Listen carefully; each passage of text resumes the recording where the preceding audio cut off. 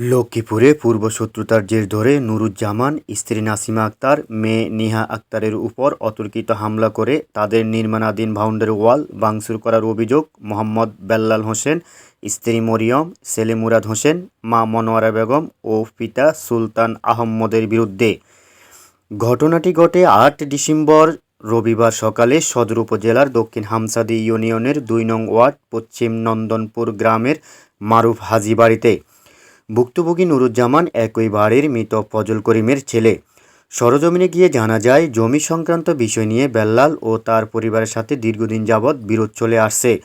হঠাৎ করে বেল্লাল সহ তার পরিবার নুরুজ্জামানের বাউন্ডারি ওয়াল ভাঙতে গেলে তার স্ত্রী নাসিমা আক্তার বাধা দেয়।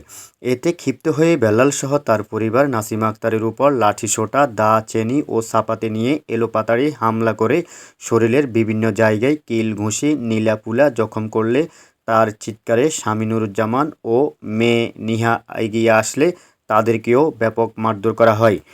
পরে স্থানীয়রা তাদেরকে উদ্ধার করে সদর হাসপাতালে প্রেরণ করেন। অন্যদিকে অভিযুক্ত বেল্লালের কাছে বিষয়টি জানতে গেলে তাকে পাওয়া যায়নি। তবে তার পিতা সুলতান আহম্মদ বিষয়টি মিথ্যা ও উদ্দেশ্যপ্রণোদিত বলে দাবি করেন। এ বিষয়ে ভুক্তভোগী নুরুজ্জামান বাদী হয়ে সদর মডেল থানায় একটি লিখিত এজাহার দায়ের করা হয়। অন্যদিকে ভুক্তভোগী পরিবার বৈশাখী নিউজের মাধ্যমে প্রশাসনের সুদৃষ্টি কামনা করেন।